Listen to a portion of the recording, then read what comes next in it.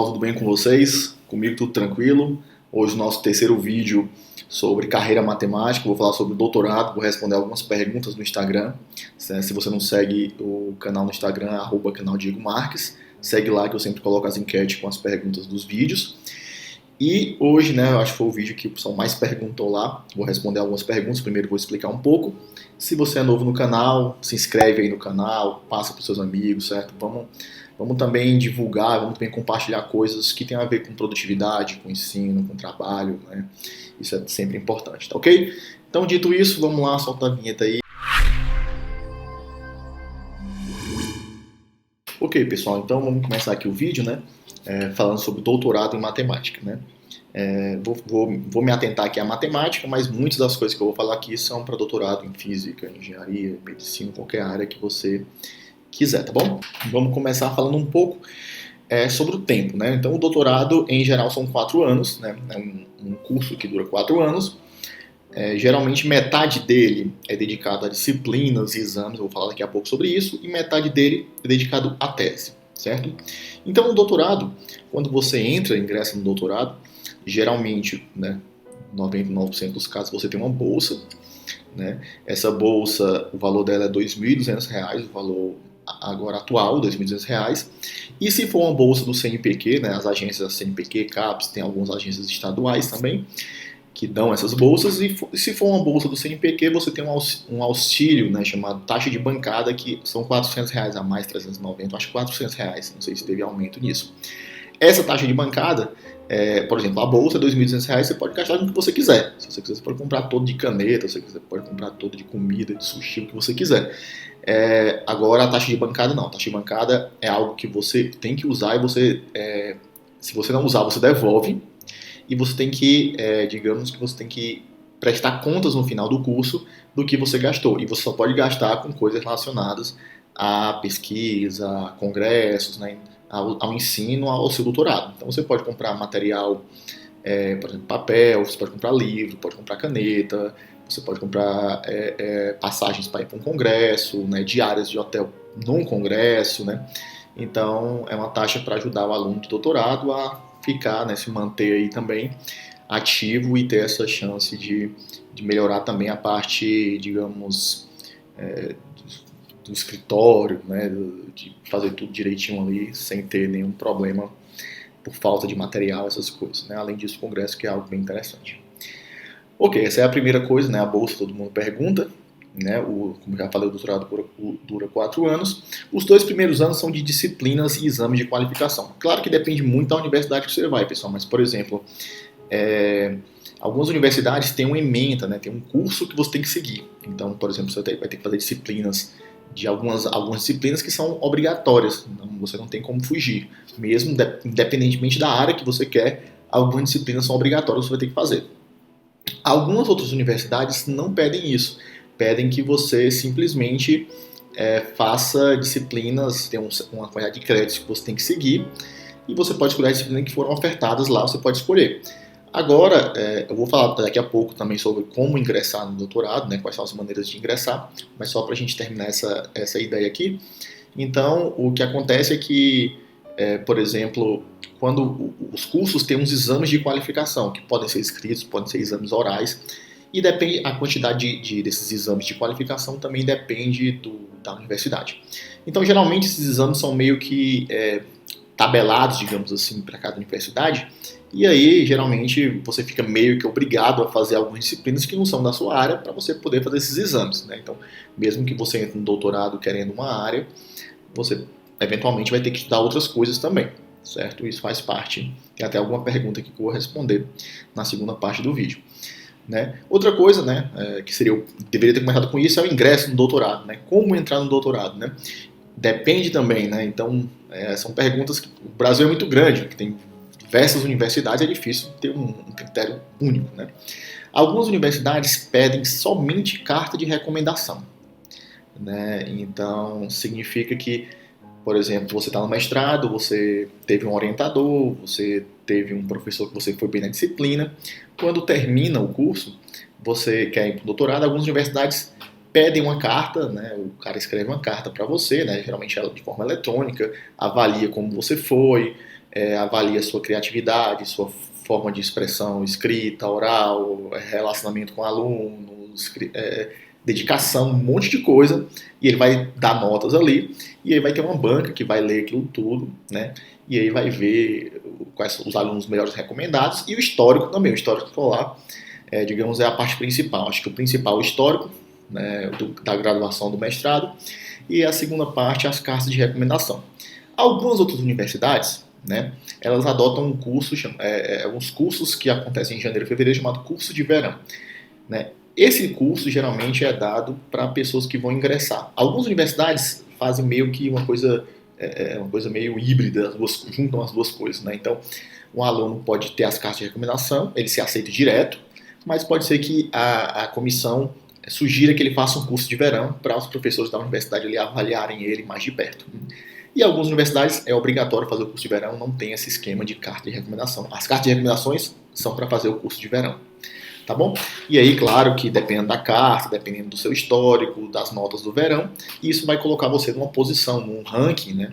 E nesse ranking, vamos ver quantas bolsas são dadas naquele semestre, e aí vai preenchendo as bolsas com os alunos. Lembrando aqui, né, um alerta que eu sempre falo para os alunos da OBMEP, quem é aluno da OBMEP ganhou uma medalha, não importa qual medalha, tem direito à bolsa já. Né? Então, ou seja, você só precisa se classificar. Né? Claro, mas eu ganhei medalha na OBMEP e já vou entrar no doutorado direto? Não. Você tem a bolsa garantida caso você seja selecionado. Então, você tem que passar pela seleção do mesmo jeito. Se você for selecionado tanto como primeiro como último, você vai ganhar a bolsa. Tá bom? Essa é uma das coisas que eu queria falar. Ok, então, os 2 primeiros anos são dedicados para disciplinas e exames de qualificação. Né? Os 2 últimos anos, em geral, é dedicado para a tese. Né? Então eu vou falar aqui de matemática, que é onde eu posso falar um pouco mais. A tese de doutorado em matemática é algo original, né? Algo que nunca foi provado. Né? Isso quer dizer que é um problema em aberto, conjectura de Combay, hipótese de Riemann? Não. Né? Quer dizer que é um problema em aberto que o seu orientador, né, muitas das universidades pedem que para você entrar no doutorado, você já tem um orientador, então já tem que ter alguém que tem que aceitar você. Por exemplo, na Universidade de Brasília, que é onde eu sou professor, né? Por exemplo, se alguém quer estudar a teoria dos números, já tem que ter algum professor da área que tenha aceitado ele, entendeu? Então isso é a primeira parte, né? Essa aceitação vem no processo seletivo. Né? O primeiro comitê seleciona, manda para os professores, e os professores dizem, olha, esse aqui eu posso aceitar. Às vezes o professor está com muitos alunos e não pode aceitar muitos e tal. Então isso acontece. Então você tem que ter orientador. E o orientador é que vai guiar você, né, como o nome já diz, vai orientar você no caminho de fazer esse trabalho original. Geralmente algo relacionado, né, quase sempre, ao que o orientador pesquisa. Né? Ou seja, ele pode lhe dar um caminho ali, né, o caminho das pedras para você ir andando e guiando. Não é você que vai chegar lá. Acontece? Pode acontecer. Mas não é você que vai chegar lá e dizer assim, olha, eu quero fazer isso aqui. Porque pode ser que não seja a área do orientador. E depois, caso você não consiga fazer de forma nenhuma, o orientador às vezes não vai poder ajudar você porque não é a área dele. Certo? Então esse é o papel do orientador. Tá ok? Então você tem 2 anos para fazer isso, né? Você pode ir para congresso, você vai ler vários artigos, né? No mestrado, como eu falei, você precisava simplesmente, né, a sua dissertação era você fazer as contas, né, de um artigo. Né, um artigo importante que o seu orientador ia escolher. No doutorado, não. Você vai ter que ler vários artigos para você aprender métodos, maneiras, como escrever, para você fazer o seu próprio artigo, sua tese, seu trabalho original. Essa é a grande coisa interessante do doutorado, certo?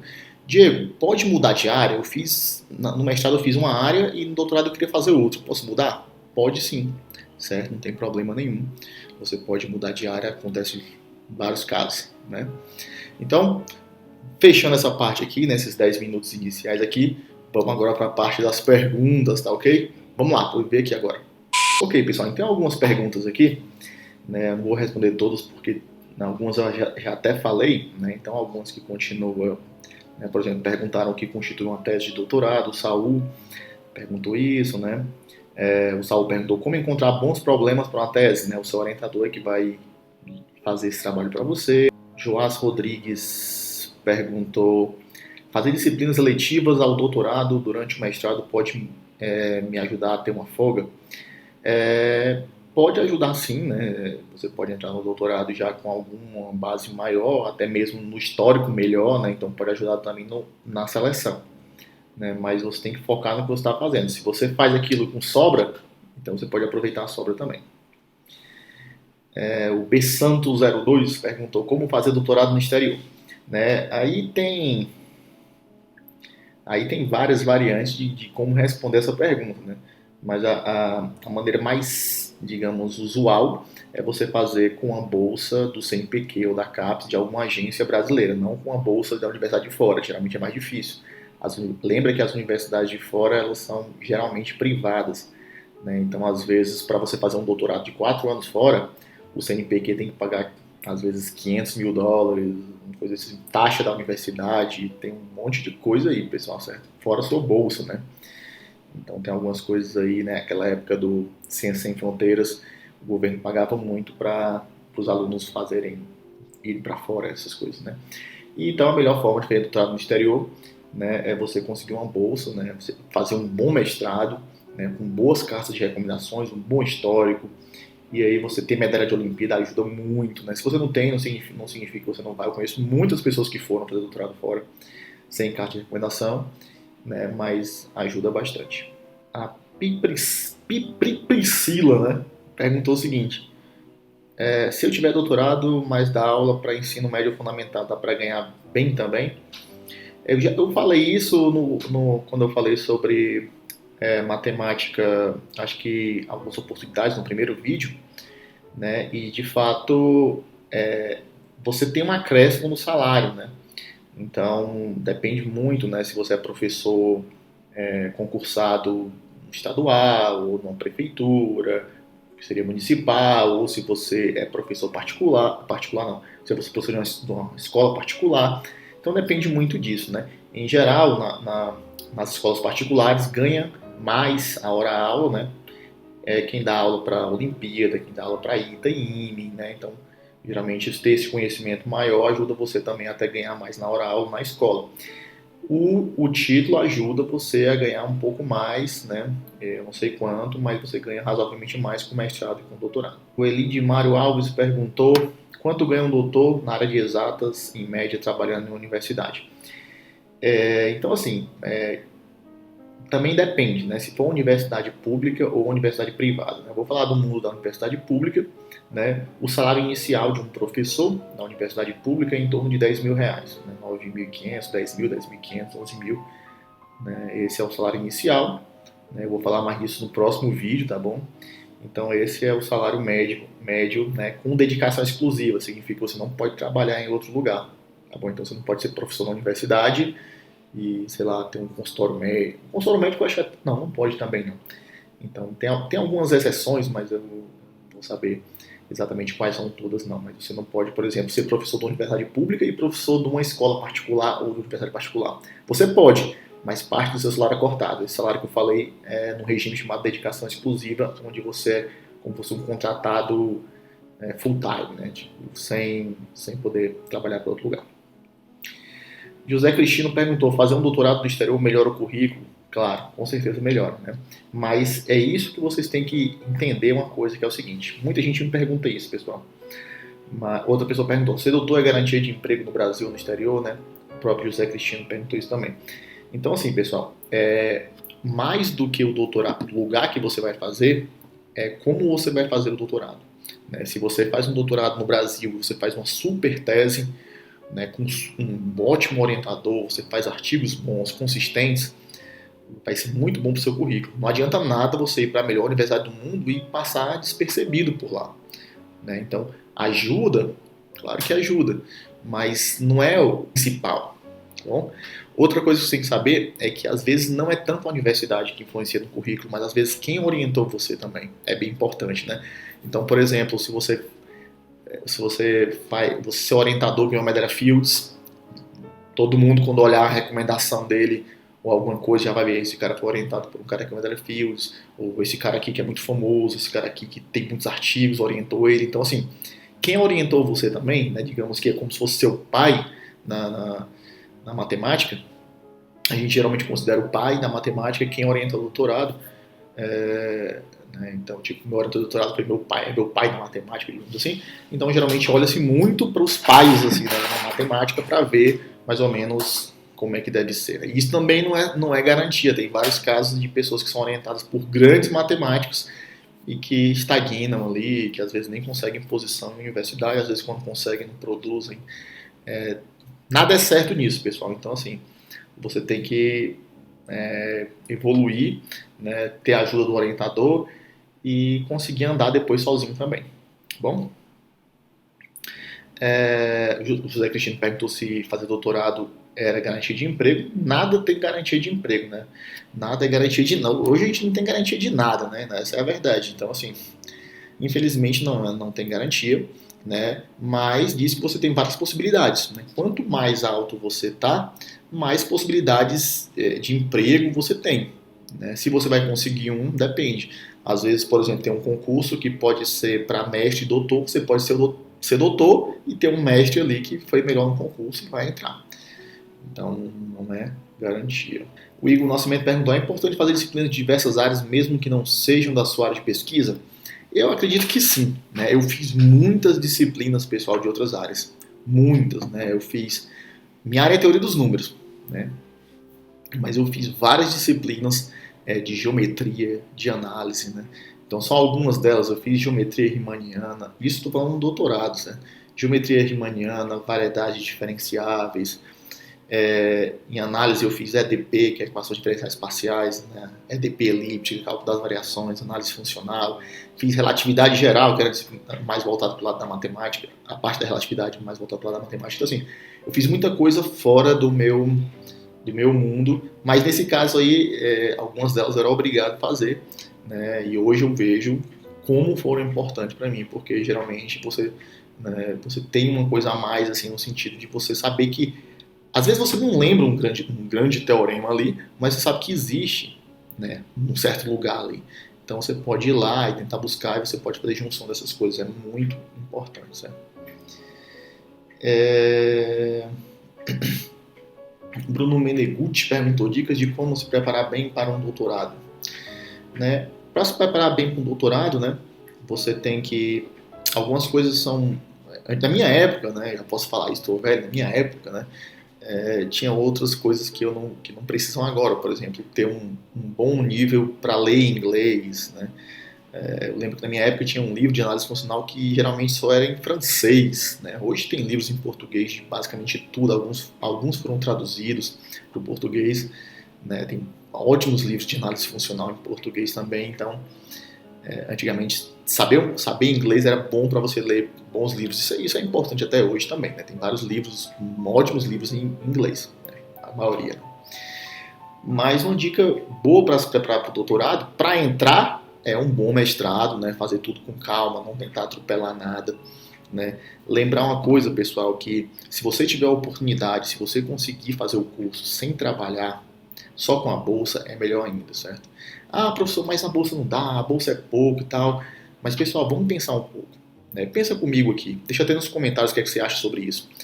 Você está ganhando para estudar, né? Quantas pessoas, né, de outras áreas têm a oportunidade de ganhar, receber? Ah, mas não é muito, não dá para... Mas o pessoal está ganhando. Eu conheço vários amigos que fizeram... que tiveram que fazer especialização, uma coisa mais aplicada, que tinham que pagar para fazer.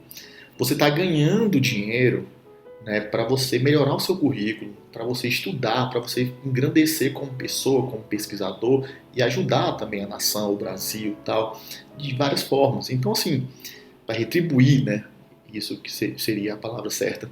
Então, assim, não desperdice essa oportunidade, né? Não desperdice reclamando. Já vi vários alunos reclamando, a bolsa é pouco, e não sei o quê, e quer trabalhar, quer dar aula particular, quer não sei o quê. Se você puder não fazer isso, é a melhor coisa, porque você vai fazer como você está plantando ali, né, para você colher depois. Então você tem que ter calma, você tem que fazer tudo direitinho, sem atropelar nada. Lembrando o seguinte, pessoal, é muito melhor você ganhar R$ 2.200 de bolsa, terminar o doutorado bem, fazer um concurso, entrar e começar a ganhar 10, 15, 20 mil, né, do que você pegar no meio do doutorado, vai dar aula, aí vai, em vez de ganhar 2.200, vai ganhar, sei lá, 3.500, e depois faz um doutorado ruim, não consegue produzir, depois não consegue emprego e vai ter que ficar dando aula. Aí acaba a bolsa, aí para você ganhar aqueles 3.000, 3.500, 4.000 dando aula particular ou de outro jeito, vai ser mais difícil. Então, assim, lembra de uma coisa, a gente nunca colhe no dia que a gente planta, certo? Então é isso, pessoal. Espero que vocês tenham gostado do vídeo. O vídeo já está ficando longo, 21 minutos ali. Né? Acho que vou ter trabalho em mandar para vocês. Deixa os comentários aí o que, é que você acha. Deixa qualquer pergunta a mais sobre o assunto. Né? Vai no Instagram também, @canal Diego Marques. Né? Compartilha esse vídeo, pessoal. Né? Eu sei que é um vídeo longo, é chato você compartilhar, o pessoal já nem quer ver. Mas compartilha comigo, compartilha no Facebook, no grupo de amigos, certo? Né? Se você tiver em grupos de matemática no Facebook, compartilhe lá, que ajuda outras pessoas também, pessoal. Né? Então, quanto mais a gente tiver essa cultura de compartilhar coisas relacionadas à ciência, ao trabalho, à pesquisa, à carreira, maior as oportunidades vão surgindo. Né? Tá ok, pessoal? Então, um grande abraço a todos, valeu, até mais, pessoal.